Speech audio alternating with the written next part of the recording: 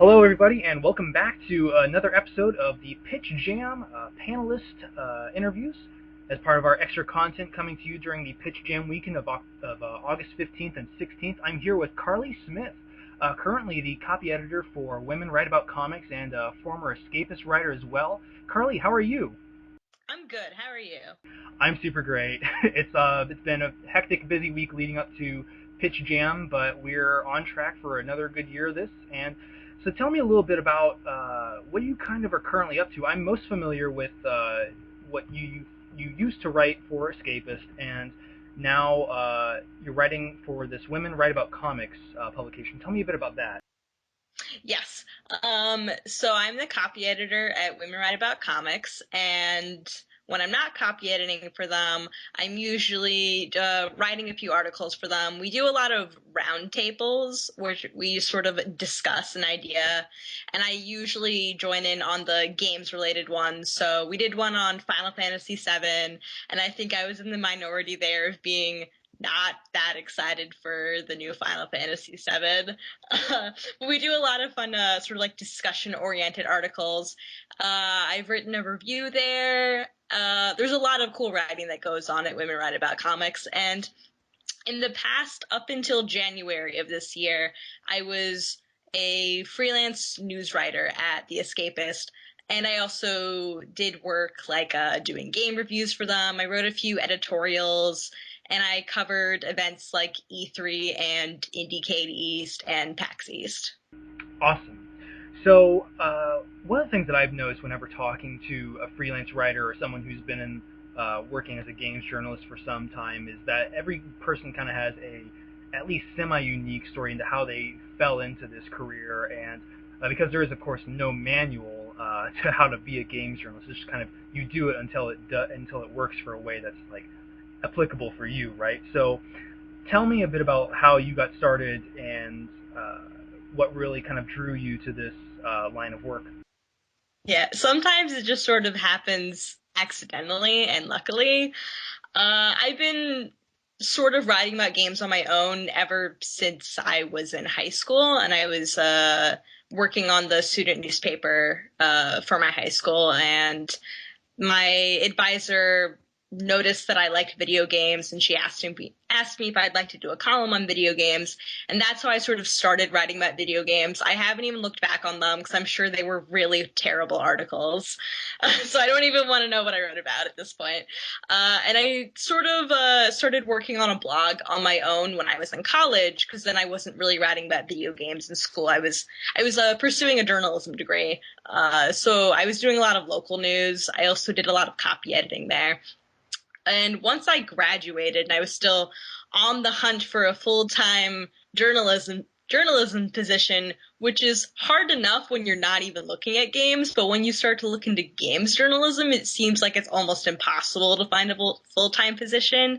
I happened to luck into not a full-time salaried position, but I had an in with somebody at The Escapist, and I struck up a conversation with them. They happened to be looking for news writers at the time, so I got lucky that I knew somebody there and that there was an opening.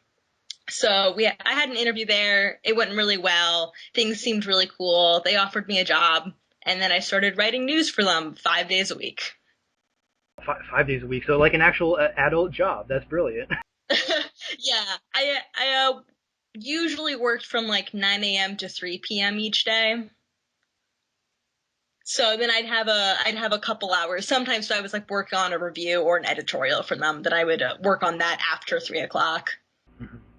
So what do you think when it was during that younger portion of time, either like high school or college, or even those first couple of weeks or months with Escapist? What do you think were some of the biggest lessons you took away as kind of a younger writer, figuring this all out, and I'm sure making your fair share of mistakes too? Yeah, college was definitely a huge boon for my writing. I had a lot of very tough journalism professors, and I also did a writing minor and history minors, so I was constantly writing, and all of my professors were very tough about our writing, and it was very influential. But for journalism classes particularly, I learned to manage my fear of pitching, because we would essentially have to pitch an article to the professor in front of the entire class, and we weren't allowed to start working on it until the professor approved it. And sometimes you would have to argue, why is this newsworthy, or why should we care about this? And sometimes I got way more scared and worked up about something than it wasn't a big deal at all. I ended up writing an article for a narrative journalism class. This was like a big semester-long project. And I wrote about the Cornell University Kendo Club. And I was like, oh my God, who even cares about Kendo these days? Like, I don't think most of my classmates know what Kendo is. I don't even know if my professor understands what Kendo is. And I pitched it, and the professor went, yeah, that sounds great. Cool. That sounds good. And that was the end of discussion. And things didn't always go that smoothly. So I learned that it's okay to be scared if you don't think your idea is very good, because I know I have anxiety about things. I know a lot of other writers who happen to have anxiety. And sometimes it's just you being nervous or scared about something, but just to put yourself out there anyway. I think there's a lot of truth in that, and it's okay to be nervous about being able to pitch a story or like convince someone that a story is worth writing, or just convincing someone that you're worth investing in as a writer, like whether it's freelance or full time. I had that moment myself when I pitched my first story to Playboy for their like relatively new gaming section, and I had this long pitch for an indie horror game called Through the Woods, and wrote up probably a hair more than 200 words about it. And people usually say like 200 words is the max that you should kind of include in a pitch for a story, but the editor got back to me like within 24 hours. He said, "Yep, no, that's great. I've been really interested. Here, $300." I was like, okay. Any details you want to talk about?" I was like, "Yeah, just get it to me whenever." It's like, what? Okay, awesome. All right, so I guess I did enough legwork to begin with, but. Yeah, things don't always go that smoothly. Sometimes a pitch gets rejected, and it's hard not to take it personally, because it is just so scary. Like, pitching is really scary. Like, I'm not gonna lie, I still get scared when I send in pitches. I want to like take back that compose email or when I send it, and I'm like, no, can I take it back? I don't actually want to send this in anymore. But like, things will be okay, and even if it does get rejected, it might not even be that your idea is bad. It might just not fit that publication.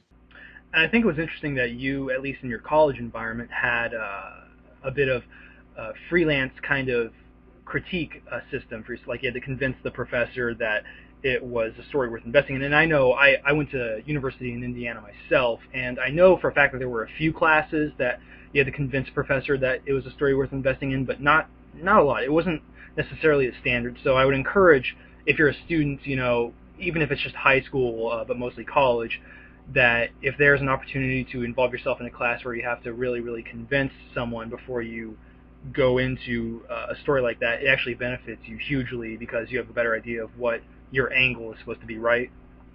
Yeah, I know my journalism degree was very helpful in teaching me how to write better, because it's something you have to constantly be very vigilant about keeping up with every day as a writer. Just like, how do I improve and how do I get better at this?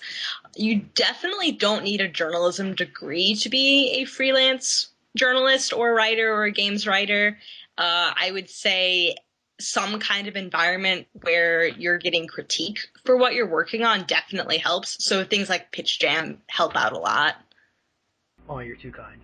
Um, so, so So in regards to like making that pitch, or maybe even the immediate aftermath, where you're talking the nitty gritty details of getting that story back to your editor, what advice would you kind of give to either pitch jam participants or kind of up and coming freelancers to be able to really convince someone that a story is worth investing in and that they're a writer worth investing in?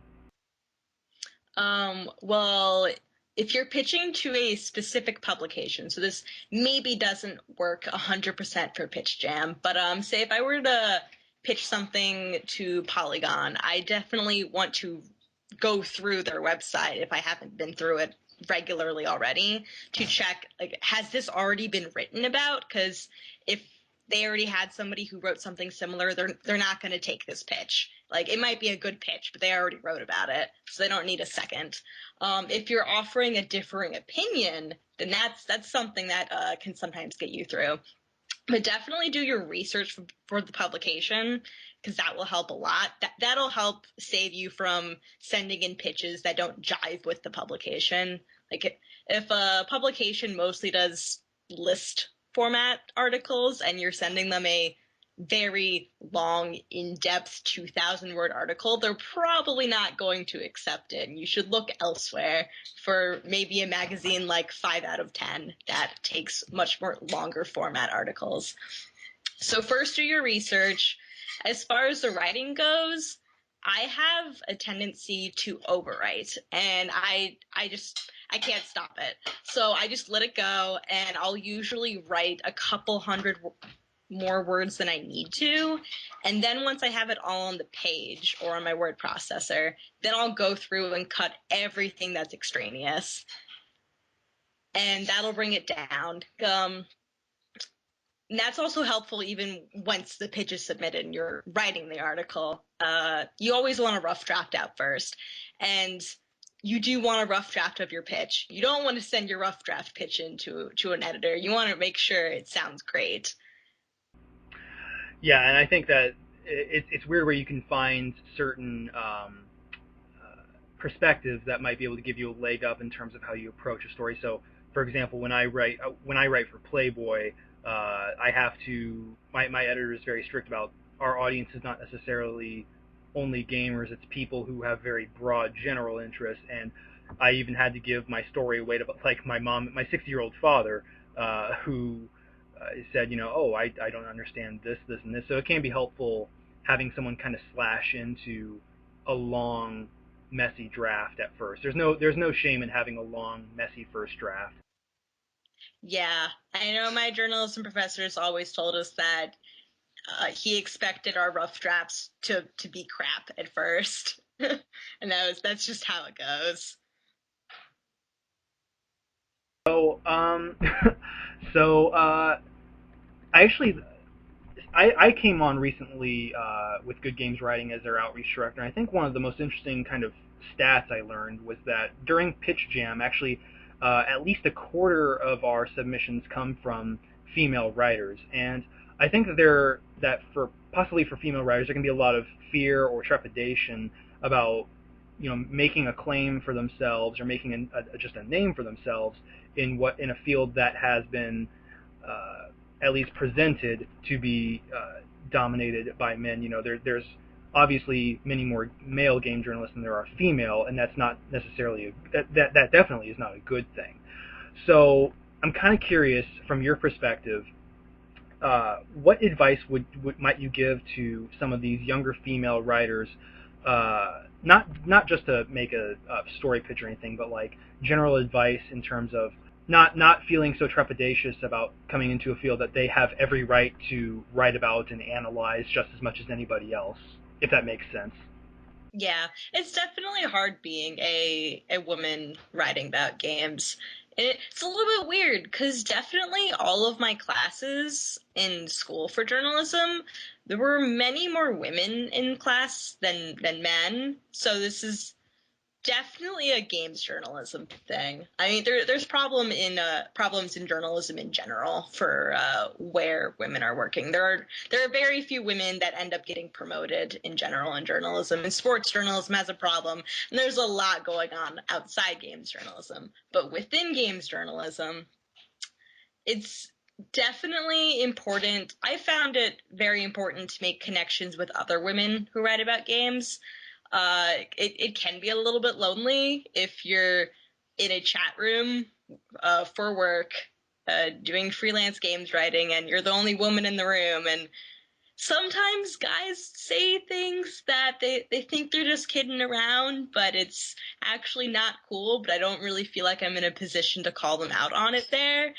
So things like that can sort of eat away at you. And it's nice to have a support system for yourself, but also to lift up other women in games writing.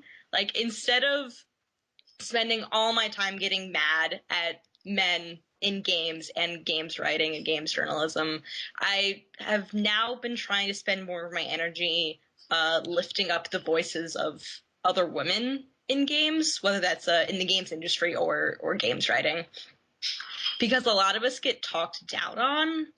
And I know that's definitely affected on sometimes whether I think a pitch is worth it. I'm like, oh, well, like, am I just, like, talking out of my ass here? Like, am I gonna, especially when I'm, like, when I get known and typecast as, like, oh, it's that girl who just writes about women's issues in games all the time. And a lot, it's definitely difficult because I think it's easy for men in games writing to look at the women in games writing and be like, oh, we'll just, like, have them on to talk about, like, sexism and bad things and just, like, only talk about gender issues. And it's like, yeah, I want to talk about those things, but I also, like, want to write my own stuff that doesn't have to do with gender. Like, I am a woman in games writing, but I'm more than just a woman in games writing. I'm also a person in games writing. Yeah, I'm not gonna lie, it's rough, but I think it's more meaningful to try to fix things instead of just, like, banging your head against the wall, being mad about how things are. Because I do that sometimes. Sometimes you got to get that out of your system before you start to be helpful. I think that kind of speaks to just the idea of making plenty of friends with differing perspectives, which is the key part. Certainly a writer is better for having experienced different walks of life or different viewpoints on certain issues that might have a level of controversy to them. And I know that, like, what female writers I've uh, sort of not necessarily idolized, but kind of look up to as a really great example of a person who, for all intents and purposes, is just an amazing journalist, in or outside of their gender. They're really people that you can look up to, and it only does both parties a service to build each other up that way. Certainly, I could not have made it as far as I have, being published on two or three websites without the help of friends who would willingly call me out on my own lack of, not necessarily professionalism, but just like, hey, you can improve here by being more open-minded or something. So tell me a bit about. I know you've done a lot of writing on some kind of very interesting topics such as cosplay and now comics and stuff like that, and it's not like even that far outside the realm of a typical kind of gaming culture site's coverage. But cosplay and comics is kind of still that own wild west, and I'm curious to see what your thoughts are on kind of niche within a niche writing stuff like, lots of professionals say that if you can cover one sector of gaming or geek culture, that you're set as a journalist and you can sell yourself to someone better. But I'm curious what your thoughts are on something like that, given your own experiences. Yeah, it's definitely important, first and foremost, to be a good writer as opposed to only being a good games writer. Because honestly, like, I write mostly about games and other nerdy stuff at this point, but in college I was definitely focusing much more on local news, and then I eventually did, like, ventured into some more, I guess, nerdy and niche things like writing about a kendo club. But it's still the act of writing. It's a craft, and it's something you have to improve on every day, and that it helps writing about things other than games, and especially for writing for different audiences about games. Obviously the audience I wrote for at the the Escapist magazine, at least when I started there. The audience kind of changed by the time I left, but the audience there is a very different audience as opposed to the one I'm writing for. I have something that's coming out in 5 out of 10 magazine next month, and those are different people reading that magazine, and you have to be aware of that. And I think knowing that definitely helps your writing, knowing what kind of words can I use. It's Sometimes you can use jargon in your writing, but you usually want to avoid it, especially if you want something to be accessible to the wider public. And that's how I was taught in journalism classes. I mean, the professors mostly taught us with the intention that we would go on to write for like general news, for maybe writing for the New York Times if any of us were lucky enough to land a job there. So I kind of went an entirely different direction and was like, or I could write about video games and make very little money doing it. So I do that instead. But you want to change up what you're writing on. I think it helps just to keep your mind open about different things. So I don't know, I started writing about cosplay because The Escapist started up new sections on the site, and one of them was comics and cosplay. And I was like, hey guys, did you know I cosplay? I could write about cosplay.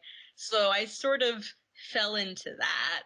And honestly, if you're writing about games, just also keep an eye open for like, oh, what else do you watch movies or TV? Do you play a sport?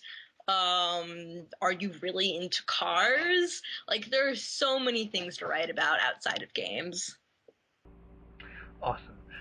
Well, I think that may be it for this episode of the Pitch Jam panelist interviews. But Carly, where can people and participants of Pitch Jam find your work, and where can they follow you on social media?